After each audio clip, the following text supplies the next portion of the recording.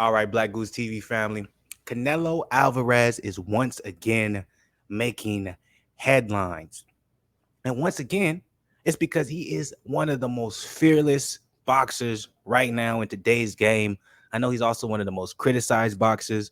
I know a lot of times when you look at the comments on him, when you look at the people who support him and the people who don't support him, it's like there's no one in the middle, right? Either you rock with Canelo heavy, or it's like you just entirely just don't like him and disrespect him. Like it's either it's like there's nobody just in the middle when it comes to it. Like that's what I see when I look at the when I look at the boxing community for the most part. But I'm the type of guy, I got nothing but respect for Canelo. Canelo has never been one of my favorite fighters. Canelo has never been a guy where I was like, I love watching him fight, all that type of stuff. I was never that guy. I have my favorite fighters. You know what I'm saying? I know the guys that I love. One of them being Andre Ward. You know what I'm saying? So, um, when I talk about Canelo, man, it's completely unbiased. I have nothing but respect for him. Like this guy is doing legendary things, and the fact that people want to discredit him, criticize him, and say disconcerting things about him because he's not fighting the guys that you want him to fight. It's just we've seen this before, right? This is just rinse and repeat. Like history rinse and repeats itself. Life rinse and repeats itself. Like everything is a circle. You know what I'm saying? Like what's happened before at some point is going to happen again. And we've seen this happen with some of the great fighters where just because they're not fighting the fighters that these so-called fans or media wants them to fight, they think they can slight their greatness. And it's like that's ridiculous because that's kind of, in my opinion, what separates the boxing fans from the boxing analyzers, right? The boxing analytics to the game. And a lot of times, I look at the analytic side of the game when you're analyzing it, understanding the respect you need to have for these fighters and put themselves through. It just comes down to, what type of life are you living, in a sense? You know what I'm saying? I'm not just, talking shit or nothing like that, but I mean physically, you know what I'm saying? If you ever put yourself, day in and day out, wearing yourself out and, trying to, really, really push yourself, is no way you can't appreciate and respect the greatness that Canelo's doing, as well as the consistency. And then when you take it up a notch and you add to, if you put yourself, at least a little bit through, what it's like to even prepare yourself to be, ready for a boxing fight or be in the ring and do that consistently, like it's just nothing but respect. Like you get to the point where you can't make stupid comments and say, oh, this guy's ducking this guy because these guys have done this shit their whole life. You know what I'm saying? No one's ducking no one. You feel me? It's business and it got to make the most sense. So, and then also too, if you don't know, if you can't really look at styles and understand why, someone is dangerous, that's another thing, that's going to cloud your judgment. But let's talk about it right here.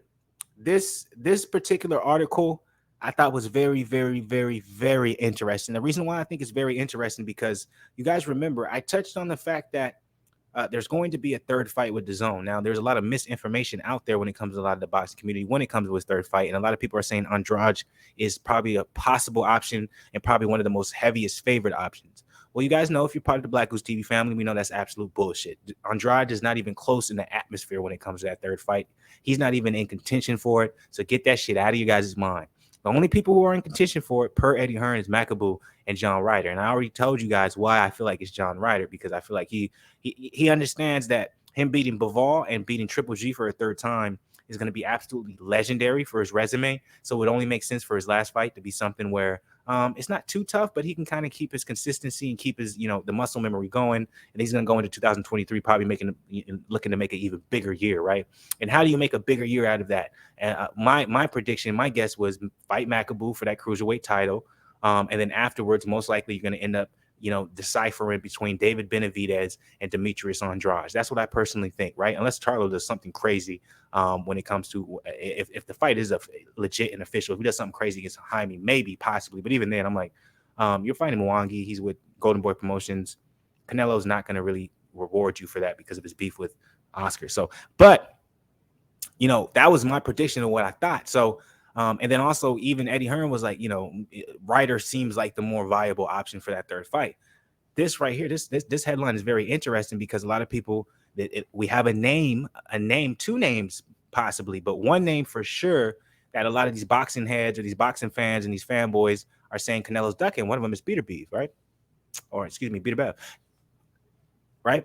The other is Joe Smith Jr. I know a lot of people haven't been saying a lot about Joe Smith Jr., but I have seen certain articles say Joe Smith Jr. is a guy that Canelo's avoiding, which doesn't make any sense. Bivol beat Joe Smith Jr. fairly easily, and he's fighting Bivol, so why would he be avoiding Joe Smith Jr.? Anyways, but Beterbiev, he is one of those guys that a lot of people are saying Canelo's avoiding, and he doesn't want to fight. There's a reason why he's fighting Bivol and not fighting Beterbiev, blah, blah, blah, right?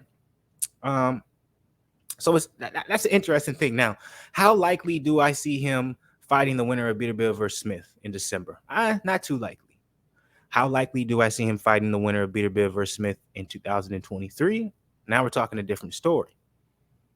Think about him fighting Makabu at the beginning of the year, fighting Beterbiev mid of the year, and then he ends by fighting whoever is in the best position between Jamal, David Benavidez, and Andrade. And then possibly, I don't see why he wouldn't retire after next year. I'm like, he's basically done it all. But that's all speculation. That's me trying to, connect dots that aren't even next to each other. That's just my opinion. If you guys agree with it or disagree with it, please drop it in the comments. I want to know what you guys think. But let's go ahead and read a little bit of this article. Let's not all keep it, opinion based. So Canelo opened the fight in the Beterbiev versus Smith winner in December.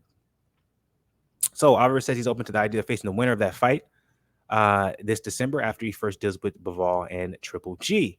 Canelo's promoter Eddie Hearn has talked to the Mexican star fighting WBC cruiserweight champion Makabu or the mandatory at 168 and WBA John Ryder in December. Neither of those fights would have done much to attract interest from boxing fans, which it doesn't need to be, because if he beats Triple G and he beats Bivol, him fighting in December, he can fight a fucking who's who. And we're going to watch it just because it's going to be out of respect. And the fact that dude is fighting a third time after making, history in 1 year, it's going to be nothing but respect. You feel me? So let's see what actually Canelo said himself. So he said, "Why not? We'll see," said Canelo Alvarez to E! News when he's asked if he'd be willing to fight the Beterbiev versus Smith Jr. winner in December. Well, we know this is from Antonio Margarito. So obviously, this is what he said. Sometimes, this is why it's important to read the article. So this is what he said. He said, "Why not? We'll see." So we didn't necessarily say that he would do it, right? He didn't say like, "Yeah, I want that fight, and at some point we're going to make the fight happen." If he would have said something like that, I'd be like, be careful, y'all. This might happen. But him saying, "Why not? We'll see." I don't see that happen in December. I still see John Ryder, but he's acknowledged it. Something that he, necessarily a lot of, these Canelo Canelo haters have said he has acknowledged. So, I don't see why not. That's not in his horizon, but it has to make sense because you guys remember with Beterbiev, he's with Top Rank. Top Rank is very difficult to deal with outside of promotional. We've seen this. So the only reason why Jaime Mwangi versus Jamal Charlo is somewhat interesting, and possibly if Charlo beats Mwangi, places him as, somewhat in the radar of Canelo, is because Oscar De La Hoya and Golden Boy Promotions, they have a co-promotional deal with DAZN. So that's kind of putting Charlo's footsteps in that DAZN realm, if that makes sense. Let's see what he says right now. Team Canelo has vetted Bivol. Well said. Well, we know Canelo's right in the middle, so that's a little bit about his upcoming fight. This is really what I just wanted to read. Why not? We'll see. So he didn't say much to it. He didn't address it much. And so this is one of those headlines. Obviously, it's a slow boxing day. You want to get people talking, but it's interesting. Would you guys want to see that? Do you guys really think he is ducking either Beterbiev or Joe Smith Jr.? I don't think he is Joe Smith Jr. I already said my reasons why. Bivol made handy work with Joe Smith Jr. So, but Beterbiev, we've heard that a million times. We always hear that's the kryptonite to him. This is probably the first time I think I've heard Canelo address, or at the very least acknowledging that, there's a possibility he could fight him. I might be wrong. And if I'm wrong, please correct me in the comments. But what do you guys think about this? At the end of the day, I respect it, dude. I respect him even acknowledging that. Like, for him to have a fight against Bivol coming up and someone asked him about Beterbiev versus Joe Smith Jr., like, I would have been fine with if he said, "Man, get that shit up out of here, man. I ain't worried about that." But him to say, "We'll see." Like, Canelo has shown, and he's been consistent with anyone they're talking about, anyone they're saying he's ducking. He's like, I have no problem fighting any of these guys. And I don't think he's all talk, because what we've seen in the last 2-3 years, he's been fighting these guys. Now, it might be the guys you want him to fight, but he's been fighting opposition that we didn't expect him to fight, and we thought were tough, opposition for him, and he's won. So at this point, if you're still doubting Canelo, I can only chalk it up to the fact that you don't like the man. That's my personal opinion. And y'all don't got to take that as fact. So please let me know what you guys think about this particular video, about this story, about the possibility of Canelo versus Beterbiev Smith winner in December, even though I think it's very, very highly unlikely. But let's go ahead and, live in a dream world, have some fun with it. Please drop your guys' comments below. hit that like button, subscribe to the channel, Black Goose TV family. And as always, notification gang. And keep showing love. And hopefully y'all wilding out tonight, man. Hopefully when y'all get back to the crib, you're like, let me turn something on. Oh, Fluence Boxing. Hell yeah. Wash away. Please, please, please. Show some love. Let's keep growing this goddamn channel. Y'all ain't nothing but blessings to a brother. And hopefully I'm doing the same for y'all. Salute to the people.